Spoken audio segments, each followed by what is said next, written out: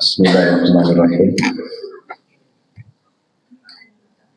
Assalamualaikum warahmatullahi wabarakatuh.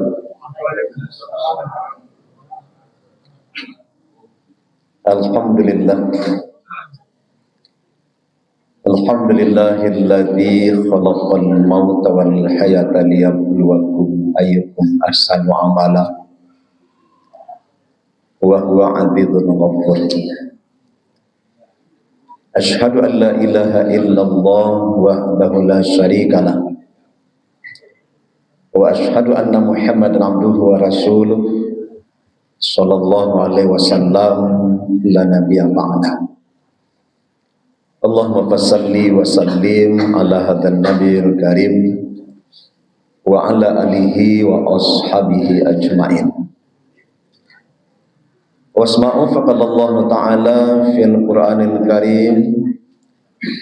Na'udzubillahi minasyaitonir rajim. Bismillahirrahmanirrahim. Syahrul Ramadan alladzi unzila fihil Qur'an hudan linnasi wa bayyinatin minal huda wal furqan. Faman syahida minkum asy-syahra falyasumhu. Wa man kana maridan aw ala safarin fahiddatu min ayyamin ukhra. Yuridullahu bikumul yusra wa la yuridu bikumul usra.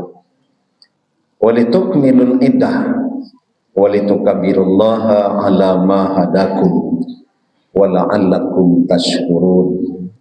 Shadaqallahul adzim. Bapak-bapak, ibu-ibu, para generasi muda, kaum muslimin, kaum muslimat, jemaah Masjid Jihad, jemaah subuh yang dirahmati Allah Subhanahu wa taala. Kembali ungkapan kita sebuah kini kepada Allah. Alhamdulillahilladzi ahyana ba'dama amatana wa ilaihin nusyur. Bersyukur kita pada Allah yang telah menghidupkan kita setelah matinya kita. Kepada Allah tempat kita kembali. Kulah doa jagulalu yang menyajarkan dari Nabi kepada kita, maka kita rutinkanlah di saat kita bangun tidur untuk membaca doa tersebut. Kali baca doa kita di Pak Bu, alhamdulillah nalai-lai menindak-indak juga. Kita biasakan. Sebab kata Allah fazkuruni azkurkum washkuruli wala takfurun. Maka ingatlah kepadaku, aku pun juga akan ingat kepadamu. Dan bersyukurlah kepadaku dan jangan termasuk orang-orang yang kufur. Menjalang ke lalu berungkap dengan berserah diri pula kepada Allah. Bismika Allahumma ahya wa amut. Dengan namamu ya Allah aku hidup dan aku mati. Bagi tercinta diresik badan litara sujo keluar ungkapan syukur kepada Allah. Alhamdulillahilladzi ahyana ba'dama amatana. Bersyukur kita kepada Allah yang telah menghidupkan aku setelah matinya aku. Dengan kecil Nabi na lalu tu sama je mati. Kemaku doa yang mengajarkan Nabi demikian pada kita. Apa yang dirahmati Allah, subuh yang terakhir kita berada di Ramadan 1447 Hijriah. Dan Ramadan akan meninggalkan kita oleh. Di subuh yang terakhir kita kemukakan ayat Allah yang kita bacakan tadi. Dan kita berikan sebuah judul kurikulum Ramadan, mudah-mudahan akan mendapatkan predikat takwa dan akan memperoleh ampunan Allah Subhanahu wa taala. Kita mulai pengajian kita dengan ungkapan basmalah. Bismillahirrahmanirrahim. Ayat yang kita bacakan tadi surat Al-Baqarah 185. Berlindung kita kepada Allah jauh daripada godaan syaitan yang terkutuk dengan menyebut nama Allah yang Maha Pengasih lagi Maha Penyayang. Syahrul Ramadan, bulan Ramadan, alladzi unzila fihil Qur'an, yang padanya diturunkan permulaan Al-Quran. Hudan linnasi wa bayyinati minal huda wal furqan. Petunjuk bagi manusia, penjelas terhadap petunjuk-petunjuk itu dan pembeda antara yang hak dengan yang batil. Faman syahida minkum syahra falyasumhu. Maka barang siapa yang hadir pada bulan Ramadan itu, maka berpuasalah. Wa man kana maridan aw ala safarin fa iddatun min ayyamin ukhra.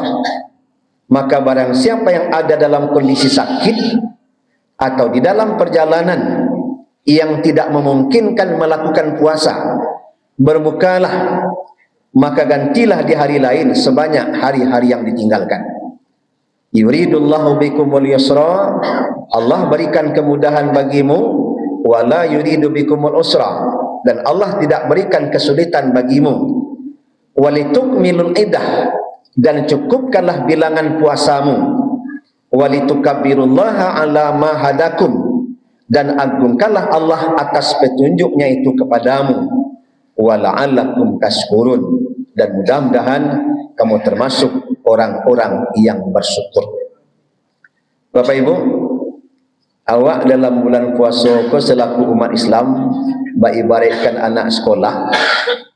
Anak sekolah punya kurikulum. Awak dulu kurikulum awak. Ada 5 kurikulum kita.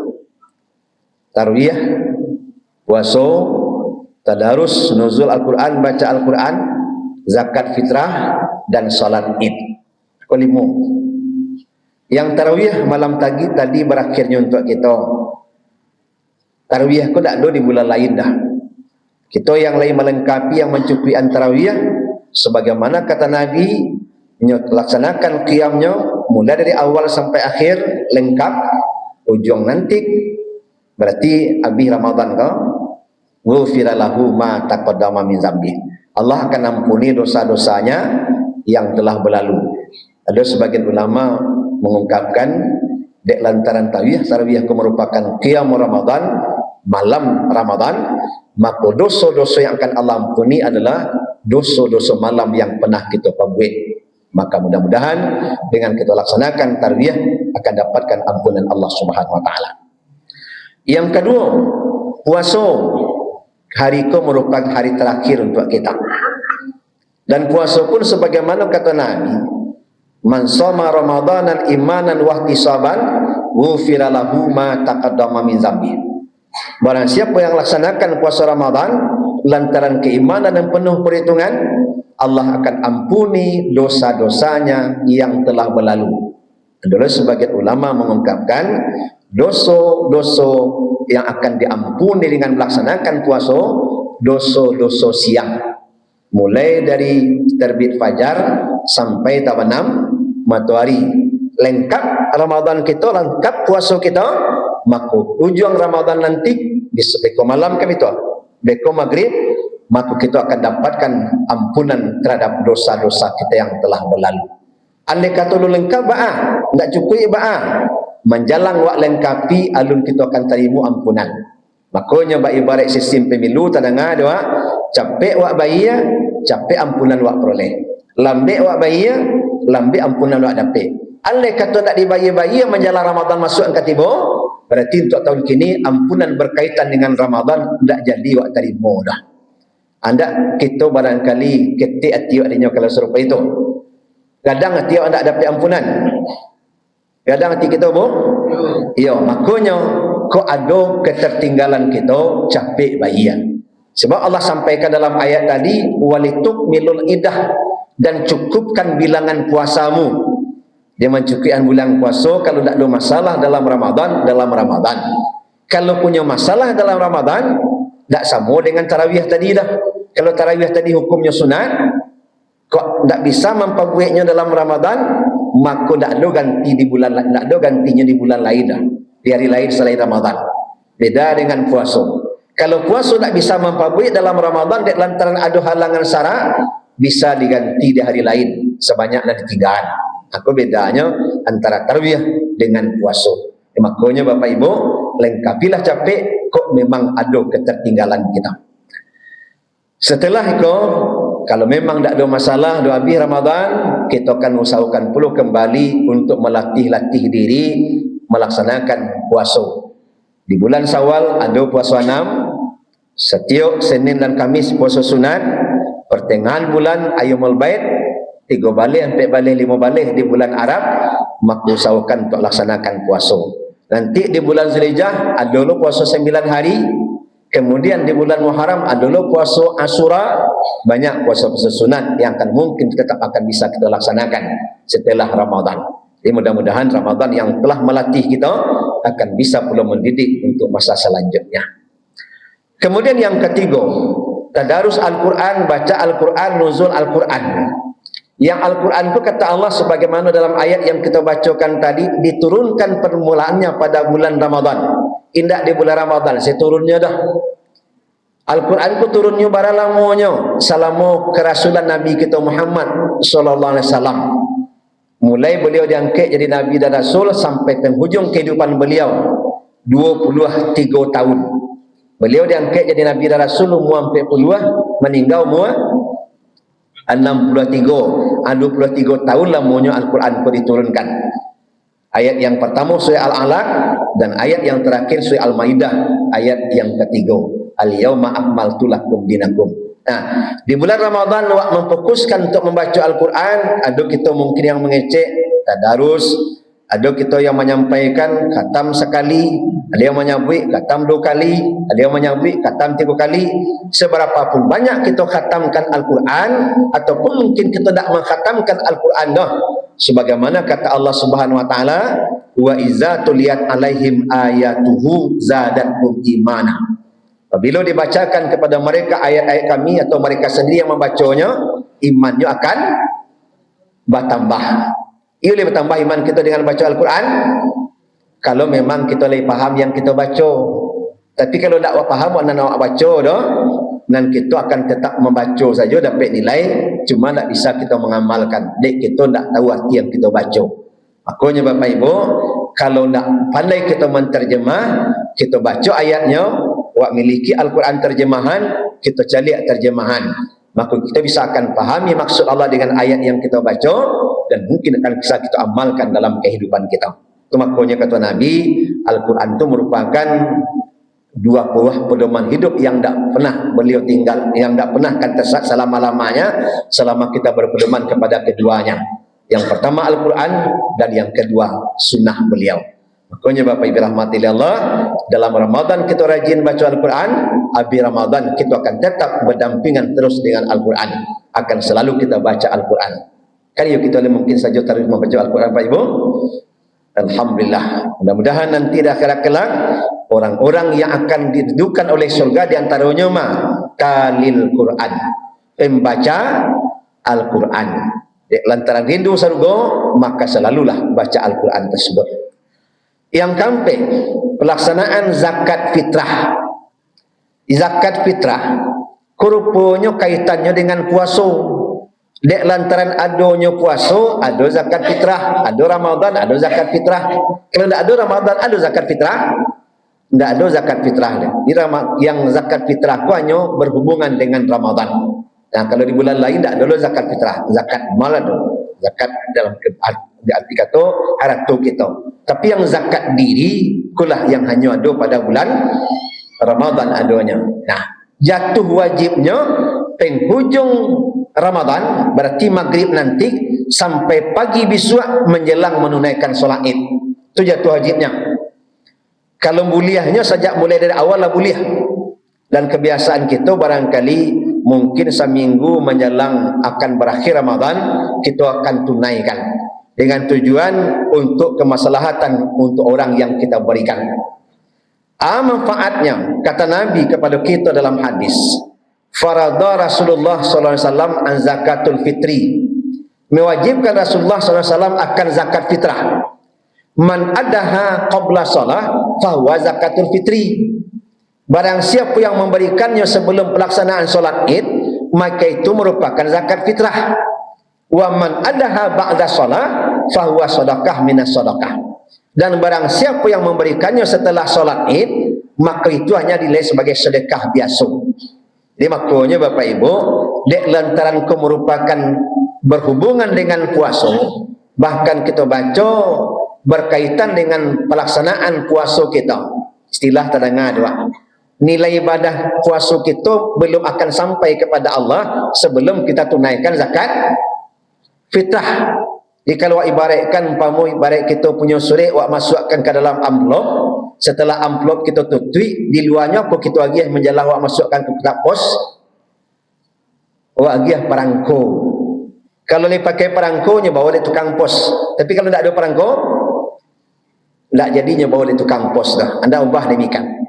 Baik ibaratkan serupa itu. Yang zakat fitrah itu baik ibaratkan perangko surat tadi. Nah, dengan adanya perangkonya, surat ke barangkit. Kalau tidak ada perangko, tidak jadi pai. Ibadah Ramadan yang telah kita lakukan, puasa yang telah kita pabuat, andai kata tidak wak lengkapi dengan zakat fitrah, maka ibadah puasa kita tadi tersebut akan tergantung antara langit dan bumi. Di mana antara langit dan bumi kan? Yang jalih belum sampai kepada Allah Subhanahu Wa Taala. Maka untuk itu tunaikanlah zakat fitrah. Lama tunaikan zakat fitrah Pak Ibu? Lalu boleh lewat panitia zakat, lewat amil zakat, atau mungkin awak boleh pula langsung sorang-sorang. Kan demikian. Jadi kalau memang kita ingin langsung, cari orang yang memang membutuhkan menurut ketentuannya. Dan kata Nabi dan zakat fitrah itu terutama tu'mata fuqara wal masakin, memberi makan orang fakir dan orang miskin. Jadi terutama serupa itu untuk non fakir dan miskin itu yang terutama menyangkut dengan zakat fitrah. Untuk kita yang berpuasa, manfaatnya kata Nabi tuhratul lisaim, memberasiakan nilai pahala puasa kita daripada apa? Minal lagwi wa rafas, daripada kata-kata keji dan perbuatan yang sia-sia. Umpama di luar Ramadan namun cuang kau biasa mengecek ndak barem dah, ndak doremnya. Nah, masuk bulan puasa kadang-kadang lupa lo rem kau, sehingga langsung je jadinya. Nah, tak sabuik je, tak kecean je, tak sakit je hati orang. Kan demikian. Nah, dengan kita tunaikan zakat fitrah, maka nilai-nilai puasa mungkin yang akan rusak dek kata-kata, dek rusak mungkin dek perbuatan kita, dengan waktu tunaikan zakat fitrah itu sebagai pembersihnya. Makanya Bapak Ibu rahmati Allah, ungkapan Nabi demikian pada kita, tujuan zakat fitrah tuhratul lisaim, memberasiakan nilai pahala puasa kita. Berarti kalau kita tidak tunaikan zakat fitrah, tidak berhasil nilai pahala puasa kita dah. Sebab dan muncul mungkin yang tangan mungkin kadangkala tanpa terkontrol ya tabuik juga kita perbuatan salah tersebut. Makanya Bapak Ibu, walaupun mungkin tidak membatalkan puasa, tapi bisa jadi merusak nilai pahala puasa. Maka dengan kita tunaikan zakat fitrah, mudah-mudahan akan kembali utuh nilai pahala puasa kita kembali. Ya, yang terakhir pelaksanaan solat Idul Fitri. Yang solat Id merupakan bagian yang terakhir daripada Ramadan tersebut. Dan insyaAllah besok kita akan laksanakan solat Id. Menjelang kita menunaikan solat Id, Bapak Ibu rahmati Allah Subhanahu Wa Taala, Nabi pernah didatangi oleh malaikat Jibril. Kata Jibril, wahai Rasulullah, aku akan berdoa kepada Allah, moga engkau mengaminkan doaku. Dan kecek Nabi itu kepada Jibril, silahkan wahai Jibril, engkau berdoa, aku akan aminkan doamu. Berdoalah malaikat Jibril kepada Allah. Kau cara basuh kitanya doanya, ya Allah, jangan engkau terima ibadah dan ibadah puasanya seorang anak yang durhaka terhadap orang tuanya sebelum maaf daripada orang tuanya. Amin, kata Rasulullah. Yang kedua, ya Allah, jangan engkau terima ibadah dan ibadah puasanya suami istri yang tidak saling memaafkan. Amin, kata Rasulullah. Yang ketiga, ya Allah, jangan engkau terima ibadah dan ibadah puasanya seorang mukmin, seorang mukminah yang tidak mau memaafkan sesamanya. Amin, kata Rasulullah. Bapak Ibu, kira-kira doa aku makbul tak? Dijabah oleh Allah tak? Nyukabulkan di Allah tak? Nyukabulkan di Allah. Bagaimana kau serupa itu? Yang berdoa malaikat Jibril, yang mengaminkan Rasulullah, keduanya utusan Allah. Dek lantaran makbulnya doa, kau dijabahnya oleh Allah doa. Makanya kita selaku anak kok masih punya orang tua, datangi mereka, minta maaf kepada mereka. Dengan maaf mereka lah amal ibadah kita bisa diterima oleh Allah. Andai kata kita selaku orang tua datang anak kepada kita, atau mungkin tak datang anak kepada kita, yang kita hendaknya memberikan maaf terhadap anak kita. Jangan dek sebab tak kita relakan perlu, tak kita reda dengan anak kita tadi, ibadah mereka tak diterima di Allah Subhanahu Wa Taala. Maka buka hati kita orang tua, kita yang selaku anak, maka kita memohon kepada orang tua dengan jalan serupa itu. Mudah-mudahan antara anak dan orang tua tadi nilai ibadahnya diterima di Allah. Baitullah suami isteri, awak serumah selapik sekatiduran satu kita. Nah, bersobok tarawih.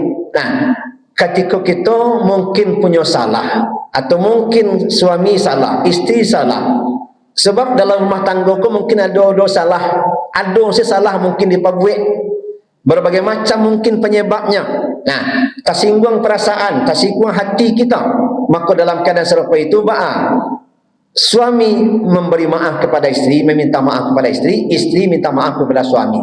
Dengan jalan serupa itu mudah-mudahan antara suami isteri tersebut mereka akan diterima amal ibadahnya oleh Allah Subhanahu Wa Taala.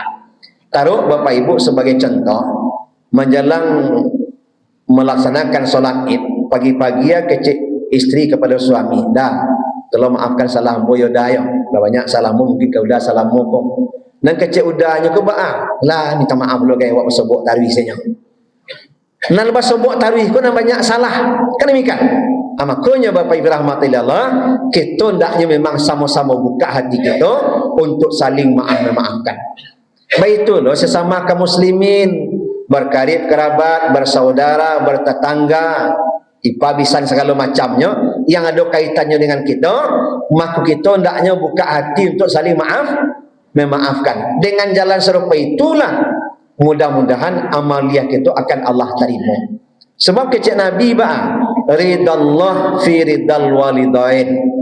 Reda Allah itu terletak pada keredaan orang tua. Allah baru meredai kalau orang tua reda. Kalau orang tua tak meredai berarti Allah tak meredai dah.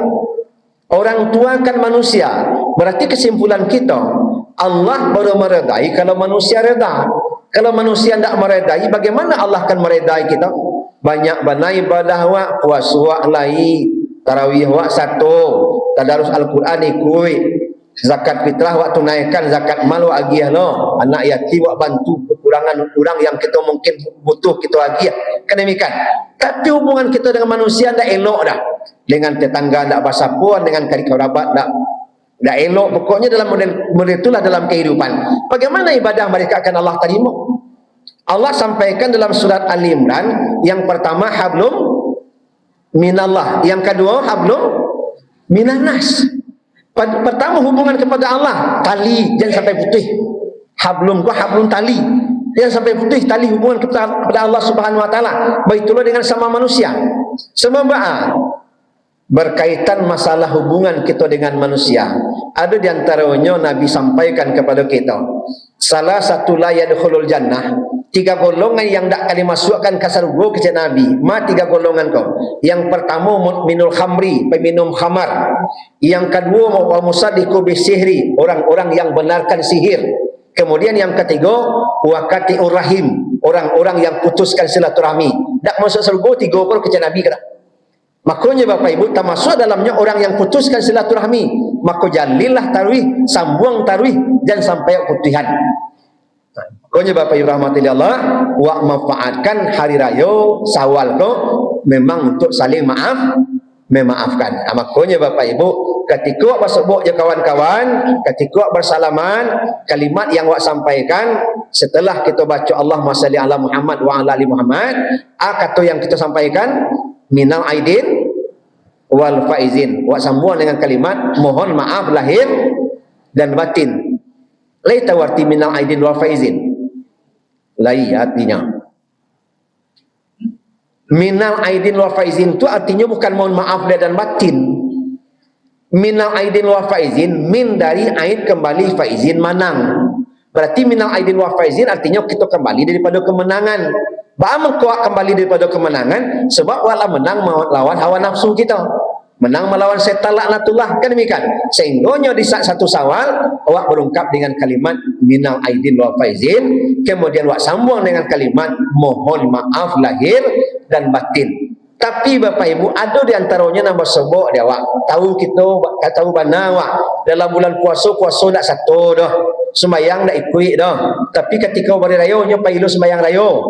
Ketika sebut je kawan-kawan kecil kalau ada munculnya minal aidin wal faizin, mohon maaf lahir dan batin. Kok tentulah dinyo arti minal aidin wal faizin tadi mungkin malunya mengecek. Bagaimana kau serupa itu? Puasa nak satu dah, sembahyang nak ikut dah, pantas tak mengeceknya serupa itu? Tidak. Dan pantas berungkap demikian siang nan satu memperbuat ibadah dalam Ramadan. Makanya Bapak Ibu rahmatillah, dengan kita selesainya laksanakan Ramadan dengan sebaik-baiknya, maka pantaslah berungkap dengan kalimat minal aidin wal faizin. Kita kembali daripada kemenangan. Maka dengan jalan serupa itu mudah-mudahan memang termasuk orang yang menang kita hendaknya. Sehingganya Bapak Ibu, mudah-mudahan setelah kita peroleh dalam kemenangan, jangan sampai waktu kotori lo balik. Sebab kata Nabi, kita yang setelah selesai Ramadan kita beridul fitri. Id artinya kembali, fitri fitrah. Berarti kita beridul fitri artinya kita kembali kepada fitrah. Sebab kalau kita lah kembali kepada fitrah, jangan wak galimang kalau balik. Dewan jak campur lo dua lo balik. Kan demikian dengan jalan serupa. Itu mudah-mudahan Ramadan yang telah kita bina, yang telah kita bentuk diri kita dengan sebaik-baiknya, yang telah kita latih, mudah-mudahan akan membuatkan memang diri kita predikat takwa wa dapati dan ampunan Allah wa terima hendaknya. Amin ya rabbal alamin. Itulah yang kita sampaikan, mudah-mudahan bermanfaat. Selamat Hari Raya Aidil Fitri 1447 Hijriah. Bapak Ibu rahmatillah, awak dan sama saji kini kau, jadi sama-sama kita buka hati kita untuk saling memaafkan. Jadi mudah-mudahan dengan jalan serupa itu amal ibadah kita mudah-mudahan Allah akan terima hendaknya. Amin ya rabbal alamin. Demikian bila taufiq wal hidayah. Wassalamualaikum warahmatullahi wabarakatuh.